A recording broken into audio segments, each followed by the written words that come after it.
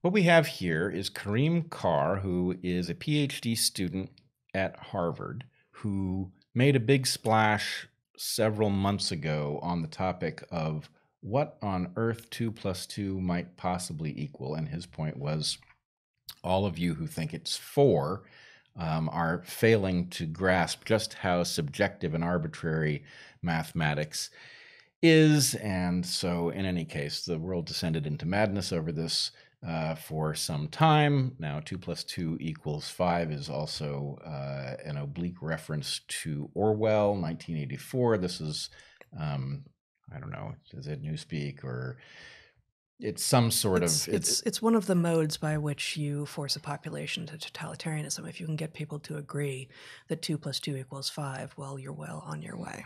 Right. And just the kerfuffle from many months back was led on the side of no, 2 plus 2 actually does equal 4 by our friend Jim Lindsay. Yes.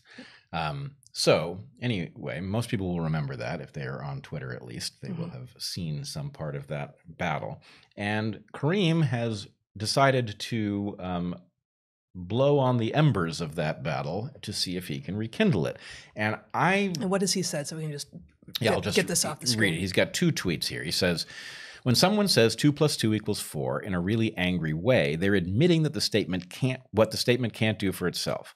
One can't calmly state it like a fact it supposedly is. One must back it up with a threat of force to make it stick, and this act affirms the spirit of 2 plus 2 equals 5. He goes on, and he says, so even when they think they've won the argument, they're losing.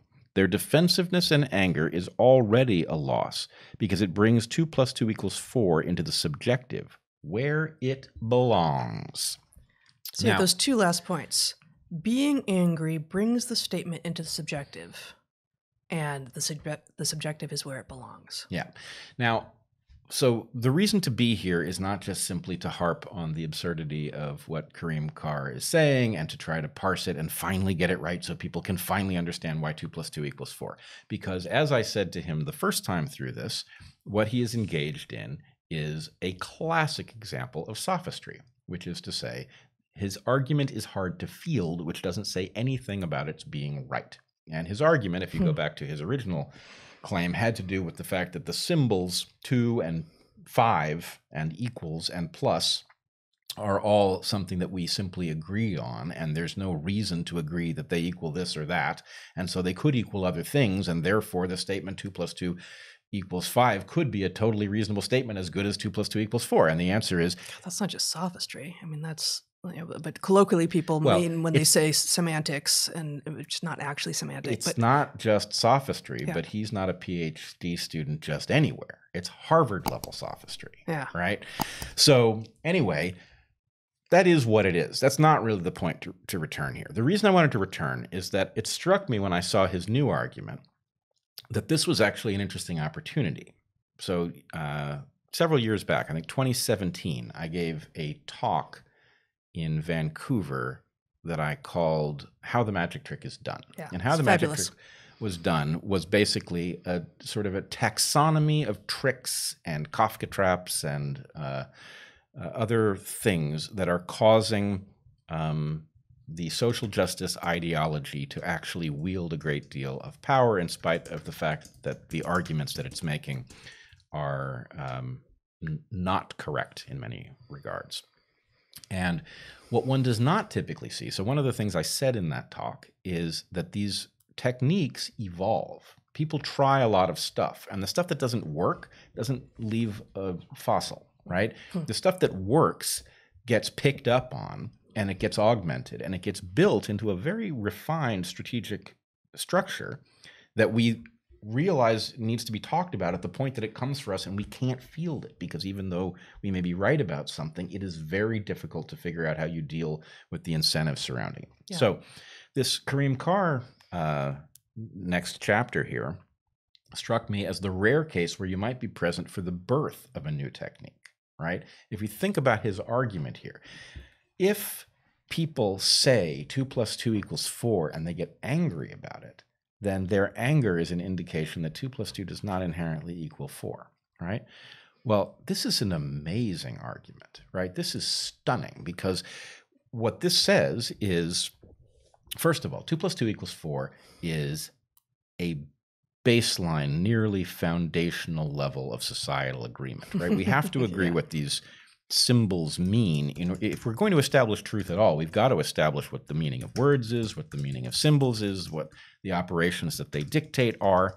And when somebody asserts that 2 plus 2 equals 4 is not inherently true, they are attacking something fundamental. I mean, you know, if you imagine, if we were to invalidate 2 plus 2 equals 4, so 2 plus 2 suddenly equals question mark, the modern world ceases to function instantly, right? There's no device that we're using that doesn't depend on that level of agreement and a great many things stacked on top of it. It's like many years ago, our younger son, Toby, asked me, what would it be like here if there was no gravity?